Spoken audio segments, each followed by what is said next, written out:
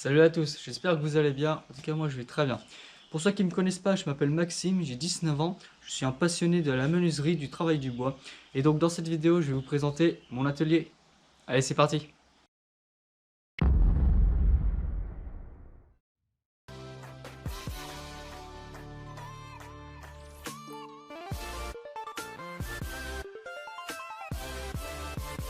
Donc déjà, ce qu'on peut dire, c'est que à première vue, c'est un atelier vraiment classe. Quand on voit cette façade avec les planches de bois fixées sur le mur, car avant c'était du béton, c'était du ciment, c'était un mur en ciment. Mais quand on voit ça, franchement, on voit vraiment que c'est génial. Ça fait atelier de menuisier. Donc voilà, à première vue, déjà l'entrée, la façade de mon atelier, des planches fixées sur le mur et ça tient vraiment très très bien. Donc ensuite, on a l'antre de mon atelier, et oui, les petites caisses de rangement où je range un peu mes affaires. J'ai une caisse à outils avec, eh ben oui, tout bon bricoleur a bien évidemment une caisse à outils avec des outils dedans, c'est fait pour. Donc là en fait, je vous explique un peu le principe. J'ai des palettes de bois et j'ai eu un combiné récemment. Et j'en suis très content car c'est quelque chose qui vaut assez cher et avec ça on s'exerce, on fait pas mal de projets en bois, ce qui est très sympa. Donc j'ai des palettes de bois, tout simplement parce que acheter du bois dans une entreprise c'est assez cher, ça peut revenir cher. Alors que si tu veux faire des projets de menuiserie et que tu n'as pas tellement d'argent, ou tu as beaucoup d'argent mais tu veux pas investir à fond, et ben les palettes de bois font très bien l'affaire. Vous pouvez regarder plusieurs types de projets en palettes de bois sur l'application ou sur le site Pinterest. Vous verrez ce qu'on peut faire avec ce genre de palette ou ce genre de bois. Donc voilà mon atelier. Donc là on a mon combiné. Donc la marque de ce combiné c'est Lurem, une excellente marque que les patrons d'entreprise et même les menuisiers que je connais m'ont recommandé. Donc on l'a acheté sur le bon coin et franchement je suis super content. Donc avec ça je fais pas mal de projets, j'en ai déjà fait un. C'est un petit bougeoir un peu taille XL on va dire en sapin. Donc ce bougeoir voilà je l'ai fait avec mon combiné. Donc dégauchisseuse, raboteuse, scie circulaire, toupie. Pour faire quelques modifications, pas mal de modifications sur la pièce de bois en question.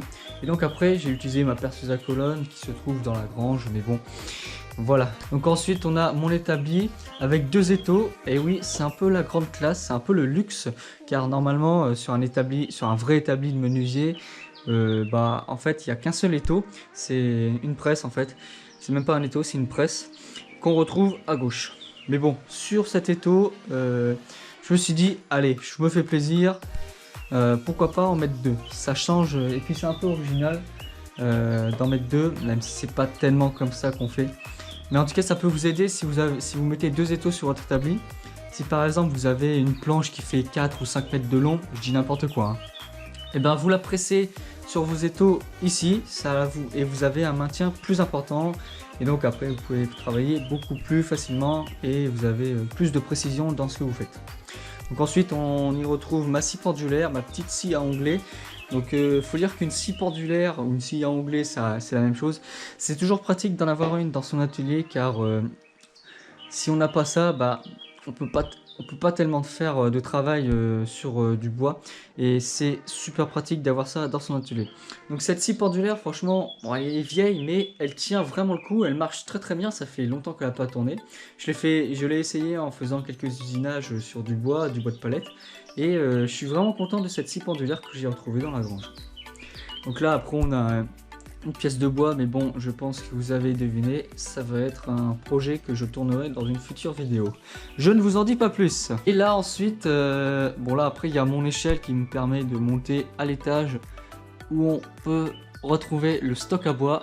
Mais là pour l'instant, je vais vous montrer un peu cette machine mystérieuse. Tout ça, pourquoi mystérieuse? Et tout simplement parce que, comme vous pouvez le voir, il y a une roue de vélo ici, ainsi qu'une roue de vélo juste ici. Vous vous demandez qu'est-ce qu'il a fabriqué le mec pour mettre des roues de vélo. En fait le mec, je peux vous dire, c'est que ce gars là c'était pas un bricoleur du dimanche. Car pour faire une scie à ruban, là vous voyez bien qu'il y a une lame de scie. C'est une scie à ruban en fait qui tourne, qui est ronde en fait. Donc là on a les lames qui sont là. C'est une scie à ruban et en fait une scie à ruban c'est une grande lame qui fait un grand cercle en une seule fois.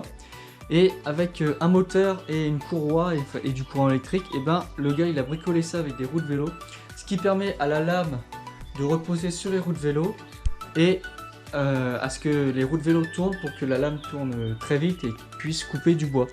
Voilà à quoi ça ressemble une scie à ruban. Mais bon là c'est une scie à ruban un peu bricolée, mais enfin plus que bricolée parce que le gars il a mis des roues de vélo et je peux vous dire que ça tient la route. Hein. Franchement c'est le cas de le dire, ça tient la route. Cette scie à ruban, je l'ai essayée et elle marche vraiment super bien. Bon après c'est vrai que on a quelques protections autour de la machine là, mais en haut ça va, mais après en bas t'as pas de protection. Donc mon gars je te dis, si la lame sort de la roue, ça peut faire très mal. Donc c'est pour ça que je vais mettre quelques protections autour en bas, car une scie à ruban qui tourne à sa vitesse maximum et qui ensuite peut se décrocher, ça peut faire super mal. C'est très dangereux, comme quoi le métier de menuisier c'est un métier très dangereux, mais après si tu respectes les règles de sécurité, il n'y a pas de problème. Donc ensuite on a l'échelle qui mène à l'étage supérieur où on retrouve tout le stock à bois.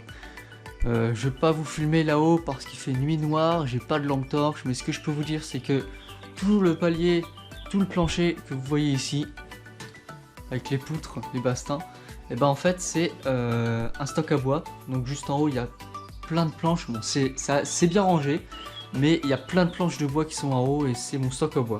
Voilà.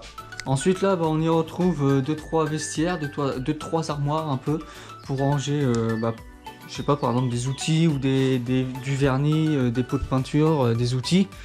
Donc là elles sont vides, mais franchement ça peut aider.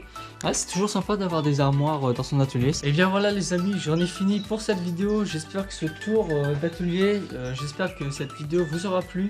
Si c'est le cas, dites-le moi en commentaire. N'hésite pas à lâcher un gros pouce bleu pour me dire que cette vidéo t'a plu. Et ça me fait toujours plaisir. Juste avant de vous quitter, je tiens à faire une dédicace à Tom, Mathis et Linel, des très bons amis que j'ai connus en primaire, quand j'étais en primaire. Donc c'est des très bons amis. Donc bonjour à vous tous, plein de bisous à vous. Donc j'espère que vous allez tous très bien. Donc en tout cas moi je vais super bien, je suis content de faire cette vidéo pour vous. Je vous mettrai également en description le lien de la chaîne YouTube de Tom Ferrandon ainsi que la chaîne YouTube de Mathis qui s'appelle Studio Baker. Donc dans cette chaîne YouTube Studio Baker, eh bien ce youtubeur il commence à faire des vidéos dessus. Mais les vidéos qu'il met dessus sont vraiment géniales, elles sont incroyables. En fait les vidéos qu'il fait c'est des petits projets musicaux, des petites musiques, des petits sons qui crée avec un logiciel qui s'appelle FL Studio. Donc sur la chaîne YouTube Studio Baker de Mathis, vous y retrouverez des musiques vraiment incroyables, ils sont super bien faites. Je vous recommande fortement sa chaîne YouTube ainsi que la chaîne YouTube de Tom Ferrandon. Donc sur la chaîne YouTube de Tom Ferrandon, eh bien vous y retrouverez des vidéos rigolotes, des vidéos sympas qu'il fait par lui-même, tout seul. Il fait la vidéo tout seul, il tourne la vidéo, il fait le montage lui-même. Bon, ses premières vidéos, il a eu besoin de l'aide de Mathis, ce qui est normal, on a tous besoin d'aide dans la vie.